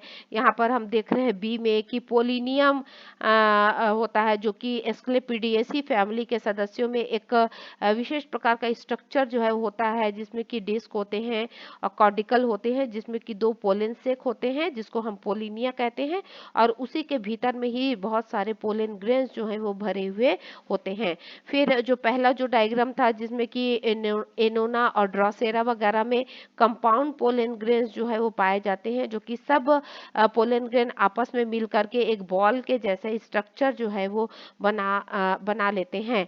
फिर कुछ स्थायी प्रकार के पोलन ग्रेन्स होते हैं जो कि हमेशा चारों ही, क्योंकि बाकी ऊपर के जो मैंने बताए थे तो ये तो सब इसका डिस्पर्स ये हो जाते हैं, और चारों पोलन ग्रेन्स जो है वो अलग अलग होकर के अपना इंडिविजुअली वो जर्मिनेट करते हैं, लेकिन मतलब पॉलिनेशन का जर्मिनेशन उनका होता है। लास्ट के जो डायग्राम में मैं बता रही हूँ, जिसमें कि परमानेंट पोलन ग्रेन होते हैं जो कि हमेशा एक साथ में ही ये पाए जाते हैं, और ये अंत तक ये चारों जो हैं वो एक एक साथ में ही पाए जाते हैं। जैसे कि एरिकेसी और एमपी ट्रेसी के जो सदस्य हैं, उसमें मैं देख रही हूँ ये जो 3 है और एक डॉट डॉट करके उसमें डायग्राम बना हुआ है, नीचे के वाले में ए में और बी में देख रहे हैं। तो ये एरिकेसी और एमपी ट्रेसी फैमिली के सदस्यों में एक विशिष्ट ये लक्षण ही पाया जाता है कि इसमें पोलन ग्रेन्स के परमानेंट टेट्राड्स कंडीशन में ये पोलन ग्रेन्स जो है वो पाए जाते हैं। तो इस तरह की से ये पोलन ग्रेन जो है वो लगे हुए होते हैं। अब नेक्स्ट हम बढ़ेंगे कि अब ये पोलन ग्रेन्स जो है वो बढ़ गया, तो ये गेमिटोफाइट को बनाने का काम ये करते हैं। ये जो माइक्रोस्पोर्स बना है ना, पोलन ग्रेन जो बना है, ये अब मेल गेमिटोफाइट की प्रथम कोशिका जो है वो होती है, और टेट्राड से पृथक होने के बाद ये पोलन ग्रेन्स जो है वो कहलाते हैं। जब ये पोलन ग्रेन आपस में चारों जो है वो अलग हो जाएंगे, तब ये पोलन ग्रेन जो है वो कहलाते हैं, और गेमिटोजेनेसिस की प्रोसेस के द्वारा ये पोलन ग्रेन का न्यूक्लियस जो है वो विभाजित होकर के एक लेंटिकुलर या इसको हम जेनरेटिव लेंटिकुलर जनरेटिव सेल्स और एक बड़ी वेजिटेटिव सेल्स जो है वो बनाने का काम करता है, और जनन कोशिका के सूत्री विभाजन से 2 मेल गैमिट जो हैं वो यहाँ पर बनते हैं। अब जो पोलन ग्रेन जो है वो जर्मिनेट करके 2 मेल गैमिट जो है वो बनाने का काम जो है वो करता है। तो ये जो मेल गेमिटोफाइट बनने की जो प्रोसेस होती है, उसको हम 2-3 तरीके से जो है इसको हम अध्ययन जो है वो करेंगे। Structure of pollen grains, development of male gametophyte, जो कि 3 तरीके से इसमें डेवलपमेंट होता है, और इसमें पोलन ग्रेन्स में, जिसमें कि फॉर्मेशन ऑफ जनरेटिव और वेजिटेटिव सेल कैसे बनता है, और ये वेजिटेटिव सेल और जनरेटिव सेल्स जो है वो क्या होते हैं और किस तरह से उसमें भी डिवीजन जो है वो होता है, उसका डेवलपमेंट जो है वो कैसे होता है। और थर्ड में हम देखेंगे कि फॉर्मेशन ऑफ मेल गैमिट्स जो है वो कैसे बनते हैं। तो इसमें स्ट्रक्चर ऑफ पोलन ग्रेन्स में हम पहला देखेंगे कि स्ट्रक्चर ऑफ पोलन ग्रेन्स, जो कि अपन को मालूम है कि पोलन ग्रेन्स जो होते हैं वो ये है ना, स्ट्रक्चर ऑफ पोलन ग्रेन्स इस डायग्राम में हम देख रहे हैं ऊपर में कि ये पोलन ग्रेन्स का जो ग्रीन कलर का डायग्राम है, ये पोलन ग्रेन का स्ट्रक्चर है ना, जिसमें बाहर की भित्ति जो है वो एक्साइन कहलाती है, अंदर की एंटाइन कहलाती है, और उसमें एक जर्मपोर भी जो है वो पाया जाता है। और जब भी पोलन ग्रेन जर्मिनेट होता है, ये एंटाइन जो होता है इसी जर्मपोर के द्वारा जो है वो जर्म या पोलन ट्यूब जो है वो बनाने का काम करता है, और इसका जो न्यूक्लियस होता है वो डिवाइड होकर के जनरेटिव सेल और वेजिटेटिव सेल्स जो है वो बनाने का काम ये करते हैं। तो इस तरीके से हम देख रहे हैं कि यहाँ पर थोड़ा सा मैं बताना चाहूंगी कि इसका जो पोलन ग्रेन का जो एक्साइन होता है वो स्पोरोपोलेनिन नामक पदार्थ से बना हुआ होता है, जो कि मोटी भित्ति वाली होती है। और चूंकि ये स्पोरोपोलेनिन जो है, इनका भौतिक और जैविक अपघटन जो है वो बहुत इजिली जो है वो नहीं होता है, अतः जो एक्साइन है वो पोलन ग्रेन को रेजिस्टेंस बनाने का, इसी गुण के ही कारण पोलन ग्रेन का एक्साइन जो है वो विभिन्न प्रतिकूल परिस्थितियों में पोलन ग्रेन की सुरक्षा करने का काम करता है, और रेजिस्टेंस कैपेसिटी इस स्पोरोपोलेनिन में या एक्साइन में जो है वो होता है। और इसी गुण के कारण पोलन ग्रेन्स जो है वो फॉसिल्स के रूप में भी सुरक्षित पाए जाते हैं, और बहुत लंबे समय तक ये कुछ समय तक रेस्टिंग स्टेज में भी जो है वो पाए जाते हैं। तो ये जो अपना पोलन ग्रेन होता है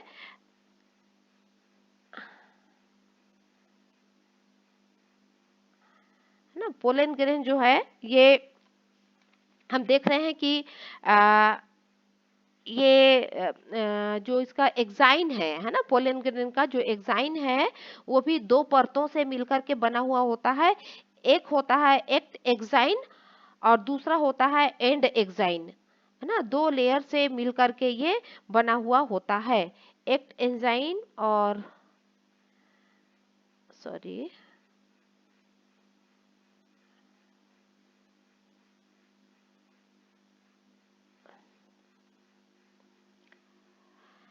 चलो उसका मैं शायद पोलन वॉल का डायग्राम डालना भूल गई हूँ, लेकिन फिर भी मैं बता रही हूँ कि पोलन ग्रेन का जो एक्साइन होता है वो दो लेयर से मिलकर के बना हुआ होता है, एक टेंजाइन और एंड एक्साइन, है ना। एक टेंजाइन जो है वो तीन लेयर से होता है, एक टेक्टम, दूसरा वेक्यूलम और तीसरा होता है फुट लेयर, है ना। इन तीन प्रकार से एक एक्साइन जो है वो बनता है।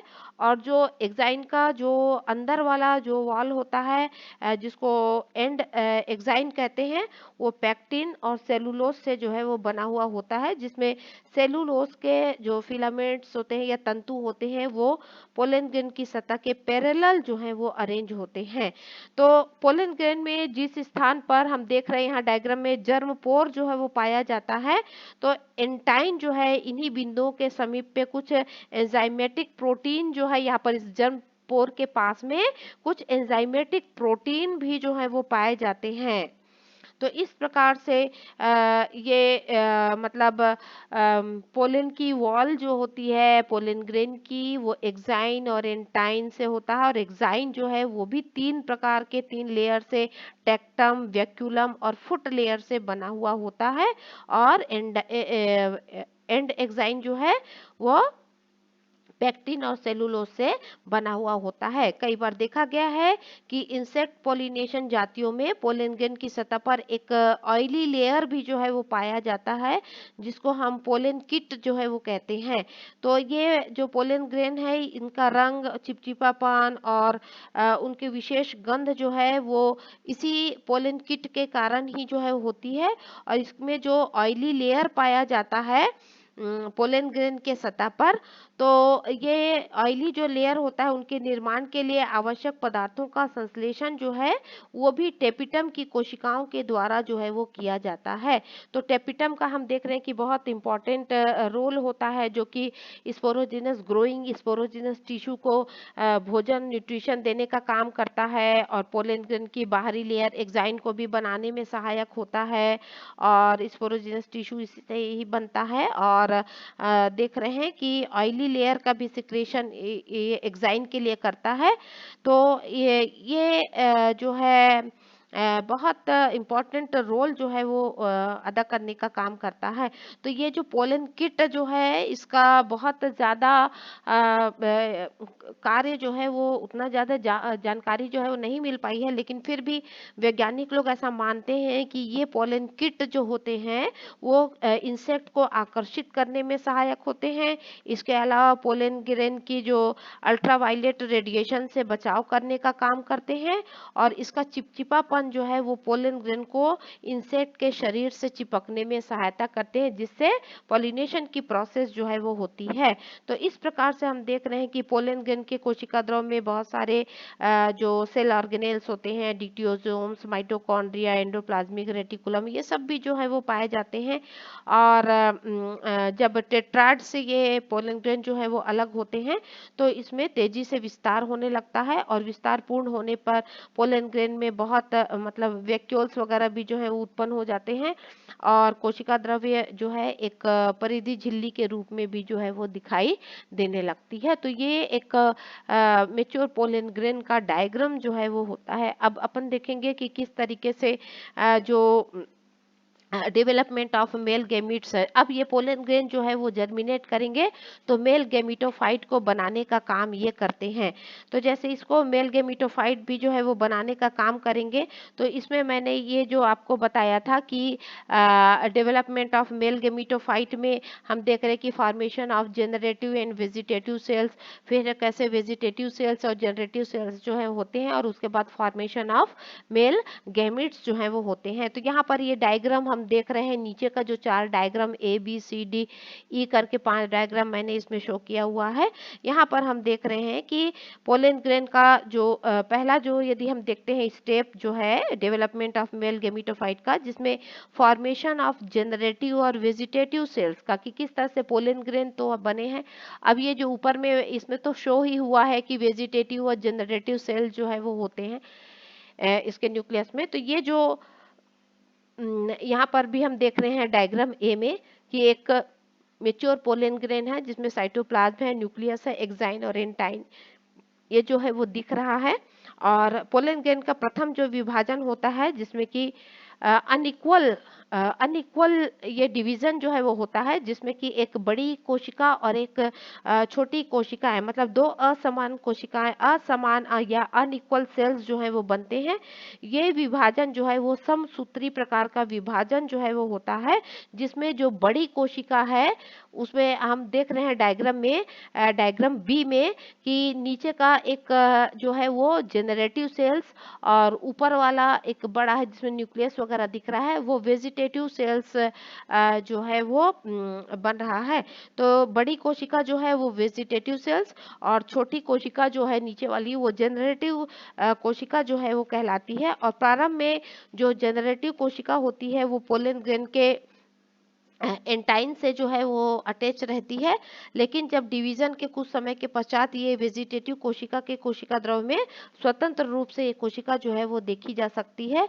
और जो वेजिटेटिव कोशिका होती है वो पोलन ट्यूब और पोलन ट्यूब बनाने का काम करता है, इसलिए वेजिटेटिव सेल्स में हम देख रहे हैं कि ट्यूब न्यूक्लियस या ट्यूब सेल्स जो है वो लिखा हुआ है, वो वेजिटेटिव कोशिका है। और नीचे की जो जनरेटिव सेल्स आपके डायग्राम बी और सी में दिख रहा है, इससे मेल गैमिट्स का फॉर्मेशन जो है वो होता है। तो ये वेजिटेटिव सेल्स जो होती हैं वो पोलन ट्यूब बनाती हैं और जनरेटिव कोशिका का जो न्यूक्लियस है वो मेल गैमिट्स बनाने का काम जो है वो करता है। तो अधिकांशतः जो ट्रॉपिकल प्लांट्स होते हैं जिसमें माइक्रोस्पोर्स के सेकेंड मियोसिस के में और पोलन ग्रेन के फर्स्ट मियोसिस विभाजन में, जिसमें कि हम देख सकते हैं कि एक वेजिटेटिव और दूसरा जनरेटिव कोशिकाएं बनती हैं, इन दोनों में बहुत कम का अंतर जो है वो होता है। लेकिन जो टेम्परेट क्षेत्रों में पाए जाने वाले जो पौधे होते हैं जिसमें कि जो माइक्रोस्पोर्स का जो सेकेंड मियोसिस होता है और उसके बाद जो पोलन ग्रेन होता है उसके न्यूक्लियस में डिवीजन होने के लिए एक लगभग 1 माह का अंतर जो है वो होता है। मतलब कह सकते हैं कि पोलन ग्रेन या तो तुरंत ही जर्मिनेट कर सकते हैं या कुछ समय के बाद भी इसमें जर्मिनेशन जो है वो हो सकता है। तो इस प्रकार से एक पोलन से के विभिन्न पोलन ग्रेन्स में होने वाले जो सूत्री विभाजन होते हैं वो सिंक्रोनस या तुल्यकालिक जो है वो नहीं होते हैं, परंतु कुछ जातियों में जो पोलन ग्रेन का सूत्री विभाजन जो होता है वो टेट्राहेड्रल स्टेज में ही हो जाता है और एक टेट्राड के चारों ओर स्पोर्स में से विभाजन एक ही समय में ही जो है वो होता है। तो इस तरह से हम देख रहे हैं कि मतलब इनके जर्मिनेशन का ये समय जो है वो बताया गया है कि किस तरह से वो जो टेट्राहेड्रल कंडीशन में पोलन ग्रेन्स जो है वो पाए जाते हैं। तो यदि वो चारों पोलन ग्रेन्स होते हैं तो वो किस तरीके से वो डिवाइड कर सकते हैं, या तो चारों एक साथ या अलग अलग समय में ही इनका डिवीजन जो है वो हो सकता है। तो पोलन ग्रेन के साइटोप्लाज्म में सूत्री विभाजन से पूर्व 2 प्रकार के परिवर्तन जो है वो देखने के लिए मिलते हैं, है ना। मतलब जब ये पोलन ग्रेन है, जब ये जनरेटिव और वेजिटेटिव सेल बनाता है तो उस समय ना 2 प्रकार के परिवर्तन जो है वो हमको देखने के लिए मिलते हैं। एक परिवर्तन होता है जिसमें कि न्यूक्लियस जो है वो स्पोर के केंद्र में परिधि की ओर स्थानांतरित हो जाते हैं। जैसे कि यदि साइड में है तो वो बीच में यदि बीच में है तो एक किनारे में न्यूक्लियस जो है वो खसकने लगता है। और यह स्थानांतरण जैसे पहले ही डायग्राम में हम देख रहे हैं कि न्यूक्लियस जो है वो बीच में है, लेकिन जब ये पोलन ग्रेन जब जर्मिनेट करता है या जर्मिनेशन इसमें प्रारंभ होता है तो यही सेंटर में उपस्थित जो न्यूक्लियस होता है वो थोड़ा सा परिधि की ओर या साइड में जो है वो खसक जाता है और ये स्थानांतरण एक निश्चित दिशा में होता है, निश्चित दिशा में होता है। अर्थात जो जर्म पोर होता है और जर्म पोर जहां पर पाया जाता है उस तरफ ये न्यूक्लियस जो है वो खसकता है। और उसका खसकने का ये कारण होता है कि वो जनरेटिव जो कोशिका या जनन कोशिका जो बननी होती है, जनरेटिव सेल, उसके पोजीशन को या उसकी स्थिति को निर्धारित करने का काम ये करता है।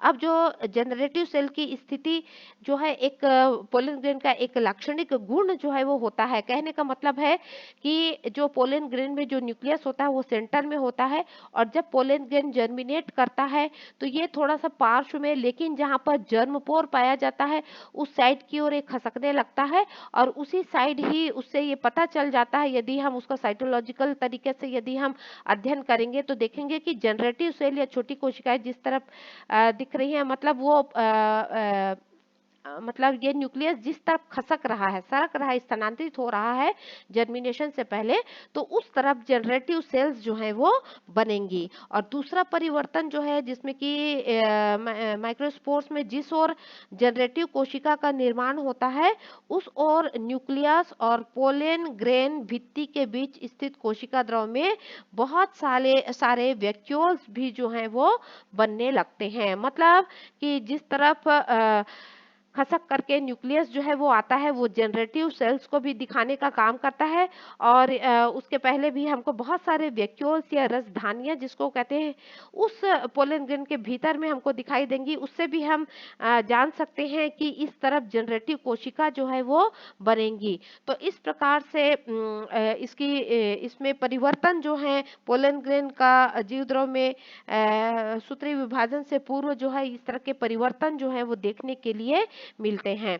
अब पोलन ग्रेन में सूत्री विभाजन का जो स्पिंडल होता है वो छोटा और असममित प्रकार का, एसिमेट्री प्रकार का जो है वो होता है ना। मतलब कह सकते हैं कि पोलन ग्रेन की भित्ति की ओर बना जो स्पिंडल होता है वो ब्लंट होता है, और भीतर की ओर स्थित बना हुआ जो स्पिंडल होता है वो एक्यूट जो है वो होता है। तो इस प्रकार से हम विभाजन के पश्चात पोलन ग्रेन की भित्ति की ओर स्थित जो भी डॉटर जो न्यूक्लियस होता है वो जनरेटिव न्यूक्लियस, और पोलन ग्रेन के अंदर की ओर स्थित जो डॉटर न्यूक्लियस होता है वो वेजिटेटिव न्यूक्लियस, मतलब बाहर की तरफ में जनरेटिव न्यूक्लियस और अंदर की तरफ में जो बड़ा होता है वो वेजिटेटिव न्यूक्लियस बनाने का काम करता है। और विभाजन के अंत में जनरेटिव जो न्यूक्लियस होते हैं एक अर्धगोलाकार, इसमें हम देख रहे हैं डायग्राम बी में अर्धगोलाकार संरचना में ये दिखाई देता है, और फिर उसके बाद वो कायिक कोशिका से या वेजिटेटिव सेल से ये पृथक हो जाता है। और उसके बाद वो हमको दोनों ही जनरेटिव और वेजिटेटिव सेल्स में हम डिफरेंस जो है वो देख सकते हैं। तो इस प्रकार से हम देखेंगे कि ये जनरेटिव और वेजिटेटिव कोशिकाओं का बनना जो है वो होता है। और पोलन ग्रेन की भित्ति से पृथक होने के बाद जो जनरेटिव कोशिका का आकार लगभग चपटा हो जाता है, परंतु डेवलपमेंट की विभिन्न अवस्थाओं में इसका आकार जो है वो बढ़ जाता है, इलिप्सॉइडल हो जाता है, वर्मी फॉर्म हो जाता है, फ्यूजी फॉर्म हो जाता है, लेंटिकुलर हो सकता है। इस प्रकार से जनरेटिव कोशिका का लंबा आकार जो है वो पोलन ट्यूब में इसकी गति को इजी करने का या सरल बनाने का काम करता है। अब हम देखेंगे कि कैसे ये जो वेजिटेटिव सेल्स और जनरेटिव सेल्स जो हैं, अब ये दोनों बन गए हैं ना न्यूक्लियस के डिवीजन से, जनरेटिव जो न्यूक्लियस और ये जनरेटिव सेल और वेजिटेटिव सेल। तो ये जो वेजिटेटिव सेल्स होता है, ये हम अभी मैंने बताया कि इनका न्यूक्लियस जो है वो गोलाकार होता है और अनियमित भी हो सकता है, और इसमें उपस्थित जो भी क्रोमेटिन पदार्थ होते हैं वो बहुत अधिक डेंस जो है वो नहीं होते हैं। इसमें इसके केंद्रक में एक और दो न्यूक्लियोलस जो है वो हो सकते हैं। और कई कोशिकाओं में बहुत सारे सेल ऑर्गेनेल्स जैसे कि राइबोसोम है, एंडोप्लाज्मिक रेटिकुलम है, प्लास्टिड्स है, डिक्टियोसोम्स है, माइटोकॉन्ड्रिया है, बहुत सारे स्टार्च के पार्टिकल्स वगैरह हैं। और इनकी कोशिकाओं में आरएनए, प्रोटीन है, ये सब पर्याप्त मात्रा में पाए जाते हैं। और वेजिटेटिव इन कोशिकाओं में डीएनए सिंथेसिस की भी क्षमता जो है वो पाई जाती है, पर हालांकि ये विभाजित नहीं होती हैं, है ना। तो ये सारे सेल ऑर्गेनेल्स जो हैं वो वेजिटेटिव सेल्स में पाए जाते हैं। और दूसरा हम देखेंगे जनरेटिव सेल्स, जो कि इसी से ही मेल गेमिटोफाइट जो है वो बनता है। तो ये जनरेटिव कोशिका के केंद्रक में उपस्थित जो क्रोमेटिन पदार्थ होते हैं वो वेजिटेटिव सेल्स के केंद्रक की तुलना में बहुत अधिक डेंस होते हैं। और जो रिप्रोडक्टिव या जनन कोशिका के कोशिका द्रव में भी सेल ऑर्गेनेल्स, माइटोकॉन्ड्रिया जैसे कि mitochondria, ribosome, ER, endoplasmic reticulum, microtubule, dictyosomes वगैरह जो है वो पाए जाते हैं। तो ये कुछ प्लास्टिड्स भी जो है आइनोथेरा वगैरह में प्लास्टिड्स वगैरह भी जो है वो पाए जाते हैं, बहुत सारे वैक्यूल्स वगैरह जो है वो पाए जाते हैं। तो इस प्रकार से हम देखें कि ये जो जो पोलन ग्रेन्स में बना हुआ जो अपना वेजिटेटिव सेल्स है और ये जो जनरेटिव सेल्स वगैरह है, इनमें उपस्थित जो सेल ऑर्गेनेल्स होते हैं, इनकी संख्या में निरंतर वृद्धि होती जाती है। लेकिन धीरे धीरे वैक्यूल्स जो है वो समाप्त होते जाते हैं, लुप्त होते जाते हैं। लेकिन आरएनए और प्रोटीन की मात्रा जो है वो बहुत अधिक इस कंडीशन में पाई जाती है पोलन ग्रेन के भीतर में। और कायिक कोशिका का केंद्रक जो होता है या जो वेजिटेटिव सेल्स का जो न्यूक्लियस होता है, प्रायः विभाजन उसमें अब नहीं होता है, लेकिन मेच्योर अवस्था में इसमें न्यूक्लियोलस जो है वो अनुपस्थित होता है। तो इस तरह से हम देखेंगे कि वेजिटेटिव और जनरेटिव कोशिका में सेल ऑर्गेनेल्स वगैरह जो है वो पाए जाते हैं। और लास्ट जो था वो है फॉर्मेशन ऑफ मेल गेमिट्स। अब क्या हुआ, ये जनरेटिव सेल्स और वेजिटेटिव सेल्स बने हैं, तो ये जो जनरेटिव सेल्स होता है उससे ही मेल गेमिट्स का निर्माण जो है वो होता है। क्योंकि हमने देखा कि पोलन ग्रेन का न्यूक्लियस जो है वो विभाजित हुआ दो में और समसूत्री तरीके से, और वेजिटेटिव सेल्स और जनरेटिव सेल्स जो है वो बताए हैं। अब ये जनरेटिव सेल से मेल गैमेट्स जो है वो बनते हैं। तो जो ये मेल गैमेट होते हैं, है ना, जो जनरेटिव सेल्स में जो मेल गैमेट होते हैं या एक न्यूक्लियस जो इसी बी में हम देख रहे हैं, सी में भी देख रहे हैं, डी में भी हम देख रहे हैं, और डी में हम देख रहे हैं कि कैसे एंटाइन जो है वो जर्म ट्यूब बन करके आ गया और वेजिटेटिव सेल्स जो है वहीं अंदर में ही रह जाता है। ये जनरेटिव न्यूक्लियस जो कि ट्यूब है, पोलन ट्यूब, उसमें जो है ट्रांसफर होता है ये जनरेटिव न्यूक्लियस, एंटाइन जो है वो इसी रूप में होता है। और यहाँ पर इसका विभाजन जो है वो होता है, और यहाँ पर दो दो सूत्री विभाजन से दो न्यूक्लियस जो है वो बनते हैं, है ना। दो न्यूक्लियस यहाँ पर हम दे रहे हैं, मतलब दो, जो कि बाद में जाकर के मेल गैमेट्स, दो मेल गैमेट्स को बनाने का काम जो है वो करते हैं। तो इस तरह से हम देख रहे हैं कि यहाँ पर जो है दो मेल गैमेट्स का निर्माण जो है वो होता है। तो जनन कोशिका का विभाजन जो है वो पोलन ग्रेन्स के भीतर में ही हो जाता है। और उसमें जो सामान्य सूत्री विभाजन जब होता है तो उस तरह से ये मेटाफेस प्लेट और स्पिंडल फाइबर्स वगैरह जो है वो बनते हैं। लेकिन जब जनरेटिव सेल्स जो है पोलन ट्यूब में विभाजित होता है तो सामान्यतः उसमें मेटाफेस पट्टिकाएं जो है वो नहीं पाई जाती हैं। तो इस प्रकार से हम देखेंगे कि जो एंजियोस्पर्मिक प्लांट्स के पोलन ग्रेन्स में पॉलिनेशन के समय में दो या तीन न्यूक्लियस कंडीशन में ये पोलन ग्रेन्स जो है वो पाए जाते हैं। जैसे दो है तो दो मेल गेमिट और एक वेजिटेटिव जो है न्यूक्लियस, तीन न्यूक्लियस स्टेज भी जो है वो हमको दिखाई देता है ना। हालांकि ये तीन न्यूक्लियस स्टेज, जिसमें से जनरेटिव सेल एक बार जो है वो दो मेल सेल से मेल न्यूक्लियस बनाता है और एक जो है वो वेजिटेटिव न्यूक्लियस का होता है। तो ये कंडीशन अपेक्षाकृत बहुत कम जो है वो पाया जाता है। अब क्या होगा, यही जो जनरेटिव कोशिका होती है, जनरेटिव सेल्स में समसूत्री विभाजन से दो अंडाकार मेल गैमिट या मेल सेल्स जो हैं वो बनती हैं। और प्रारंभिक अवस्था में ये दोनों कोशिकाएं आपस में एक दूसरे से जुड़ी हुई रहती हैं। लेकिन कुछ समय के बाद प्रत्येक गैमेट्स जो है वो कोशिका का एक सिरा दीर्घित होकर के कोशिका द्रव्य विस्तार क्षेत्र के रूप में या साइटोप्लाज्मिक एक्सटेंशन बनाने का काम करता है, जिसमें प्रत्येक ये दोनों मेल गैमेट्स जो है या परिपक्व गैमेट्स जो है वो दो भागों में अर्थात स्पिंडल शेप्ड बेसिक पार्ट और साइटोप्लाज्मिक एक्सटेंशन एरिया में ये डिफरेंशिएट इजीली जो है वो हो सकता है। और इसी से ये पूरा जो मेल गैमेट्स है या मेल सेल्स जो है इनके द्वारा घिरा हुआ रहता है। साइटोप्लाज्म का मुख्य रूप से साइटोप्लाज्मिक या कोशिका द्रव्य का विस्तार क्षेत्र जो है बहुत अधिक यहाँ पर देखा जाता है। और जो गैमेट सेल्स में उपस्थित जो भी माइटोकॉन्ड्रिया, राइबोसोम्स होते हैं, है ना, ये सारी चीजें जो है वो पाए जाते हैं, जो कि वेजिटेटिव सेल से उनके सेल ऑर्गेनेल से जो है वो अपेक्षाकृत छोटे होते हैं। तो इस प्रकार से हम देखेंगे कि ये जो पोलन ट्यूब में दो मेल सेल्स, जो कि ई डायग्राम में हम देख रहे हैं कि दो मेल गैमेट्स जो है वो बने हुए हैं।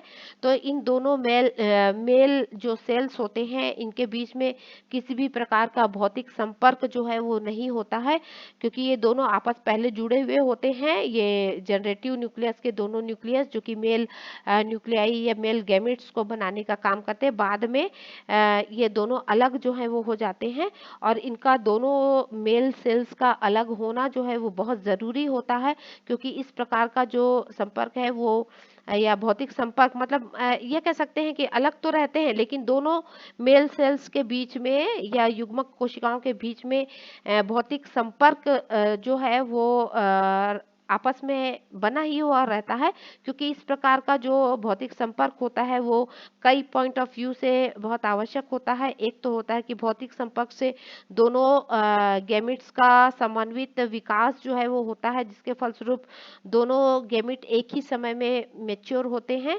और दूसरा जो इसका इम्पोर्टेंस होता है, जिसमें एक प्रकार का संपर्क जो है वो मतलब इस प्रकार का जो दोनों का भौतिक संपर्क जो है गैमेट्स का बना हुआ रहता है, ये डबल फर्टिलाइजेशन के पॉइंट ऑफ व्यू से भी बहुत इंपॉर्टेंट होता है। और इस तरह से हम देखेंगे कि पोलन ग्रैंड से दो मेल गैमेट्स का निर्माण जो है वो होता है। तो यहाँ पर हम देख रहे हैं कि किस तरह से माइक्रोस्पोरोजेनेसिस की पूरी प्रोसेस जो है वो खत्म हो गई। और आशा है कि मेरा ये लेक्चर जो है वो आपको पसंद आया होगा, क्योंकि बहुत बड़ा टॉपिक था, इसलिए मैंने बहुत फास्ट इसको बोला है। तो यूट्यूब में ये आपके अपलोड कर दिया जाएगा और आप इसका लिंक आपको भेज दिया जाएगा, और आप ज़रूर इस वीडियो को देख करके माइक्रोस्पोरोजेनेसिस का पूरा अध्ययन जो है इससे आप कर सकते हैं पूरे डायग्राम के साथ में। धन्यवाद।